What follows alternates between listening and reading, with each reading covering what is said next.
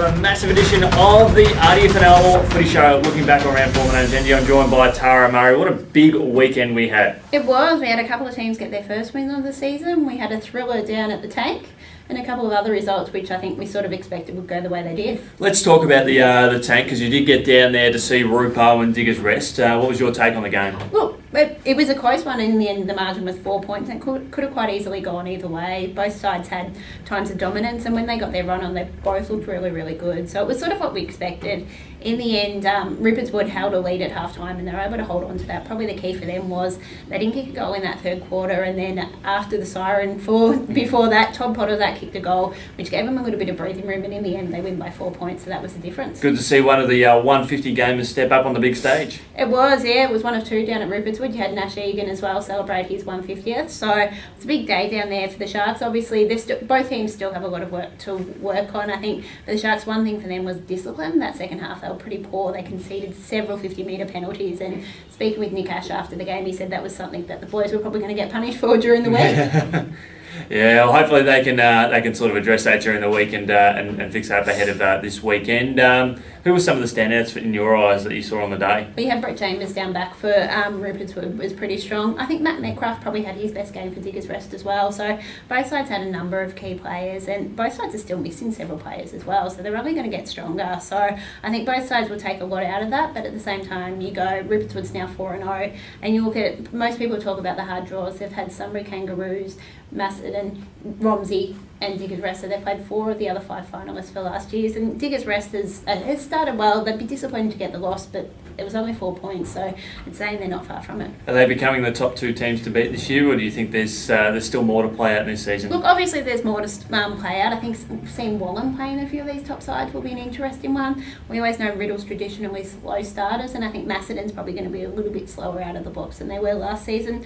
But then what I said, as I said last week, this could quite easily be a grand final preview, and I don't disagree with what I said from a week ago. It'll be fascinating to see how that statement unfolds. As we do talk about Wallen, they had an incredible display against Lansfield, who had a disappointing effort after coming off such a big win the previous week. No surprise. I expected a big margin from Wallen, and Wallen seemed to, when they play these lower sides, really put them to the sword. So they did exactly that. Lansfield coming off a win, we were hoping for a bit of confidence, but they were kept goalless for 3 of the 4 quarters. So it was a tough day for the Tigers down there. You had Wallen had 13 goal kickers and 7 of them were multiple, so they really shared it around. And I guess it's something we have, I think we addressed it last week, that Wallen needed to come out and really have a big 4-quarter performance and have a really good team building effort. And this was the game that they delivered in. They had over 50 scoring shots to 5, which is, it doesn't matter how many points they kicked, it was just playing that solid 4 quarters and really playing their best footy. Exactly, and that's what you've got to do against these lower sides. Margin may not necessarily be what it's about in these games. It's more about playing the right structures and playing the right style, and it was a better 4-quarter performance from them. Speaking of a slow starter that you mentioned before, Riddle had a very slow start against Centrals before coming out on top. It is, and Riddle's finally on the board this season. So we always talk about them being slow starters, and this season's been no different. They have had a tough start to the season, but they were down at half-time. Looking at that, they were down, but they'd had more scoring shots in that first half, so they had to kick straight. Riddle could have quite easily been in front at half-time. Was it like 4-14 or something? Something, yeah. I think there was 17 scoring shots to 11 or something in that first half, so it was a pretty inaccurate first half from the Bombers, but then they found that extra gear and kicked up a level, and we've sort of seen with Centrals yet again for the 3rd straight week. They've led at half-time, but they haven't been able to go on with the job in the second half. So it might be a case of what could have been. Maybe they need to really cut, like the mighty Bombers in the AFL. It's improving on their 3rd quarters and stopping the opposition from getting in. Exactly, that's where they've got to work. Obviously, they have got a young side and they are building. They're probably still another 2-3 years away from hitting their straps. So whether it's the young side is what's causing the issues after half-time, but there's probably something they've definitely got to work on the next few weeks. Yeah, there's certainly positive signs to be happy about though, but Riddle on the board, 13 goals, 22. They'd just be happy with the win, wouldn't they? I think they would to get on the board. Obviously not pretty in that first half, but then in the end it was a quite convincing win. So they're on the board, and hopefully, knowing what they've done in the past few years, I'd expect to see them build. Another team that's on the board for 2018, Rockbank got a big win over Broadford in a hard-fought contest over at Ian Cowie. It is, and obviously this is one we looked at. Both of these sides went into the game without a win, and both were coming off some big losses. And it was the Rams that got the jump in the first half, and they looked the better side. They've got some of their younger guys who are starting to stand up, the likes of Ricky Cameron. You've got his brother as well, Alan Greenwood, and I think Ricky's been added to the interleague squad in the last week. I was reading, so correct. I think he kicked 4 goals in a best on ground performance, and they put it on some of those young leaders a couple of weeks ago to show where they're at, and they've really stood up. Yeah, it was a fantastic effort by them, and brought with it a bit more of a positive display from them. A lot of positive signs to take out of that contest. It is, obviously, and it sort of showed.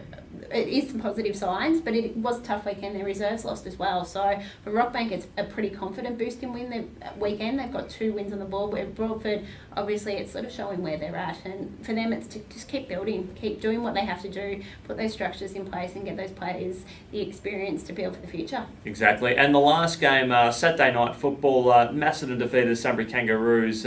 An interesting spectacle, not the high-scoring game that some had hoped for, but a tight contest nonetheless. It is. We do have 2 games left, but we'll talk about this one first. Yes. But obviously the one under lights, it was another case similar to Melton Central. Sunbury against these higher sides have been in the game for the first half. They did it round 1 against Rupert's Wood. They're in the game until the end against Wallen, and Macedon are probably in the game to half-time and then struggled after that. Macedon sort of did what they had to do. They got over the line, probably not a massive score line, but they got the job done. And for Sunbury Kangaroos, they do have a few shortage of players. Yep. They had the comeback man. I think he's had more comebacks than John Farnham stepping to the seniors with Jamie Cuff playing there as well. So that's sort of saying where the Kangaroos are at numbers, but they're showing they're competitive for those top sides for at least a half.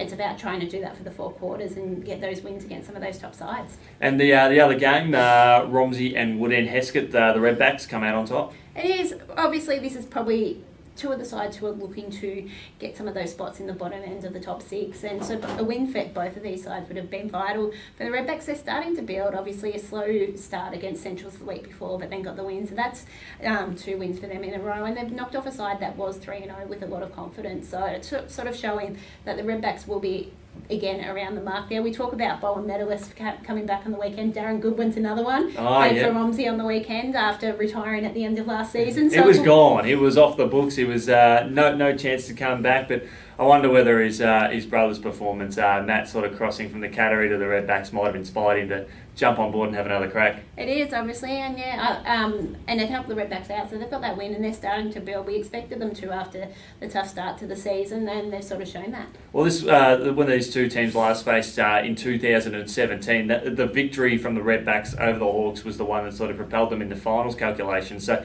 it really has done that, launched their season again, which is great for the club. It is, and they've got a very similar lineup to last season, so expect them to continue to build. They've got a lot of young guys, but at the same time quite a few premiership players.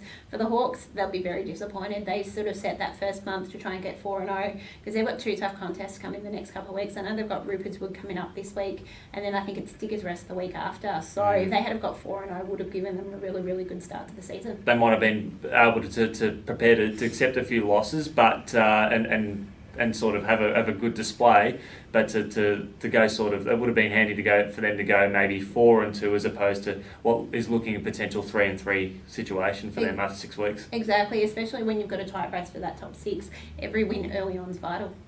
Exactly right. Well, thanks so much for joining us as we look back on round 4 in the RDFNL senior footy. We look forward to catching up with you next week as we also at the end of the week, as we'll also look into Interleague, which is just around the corner.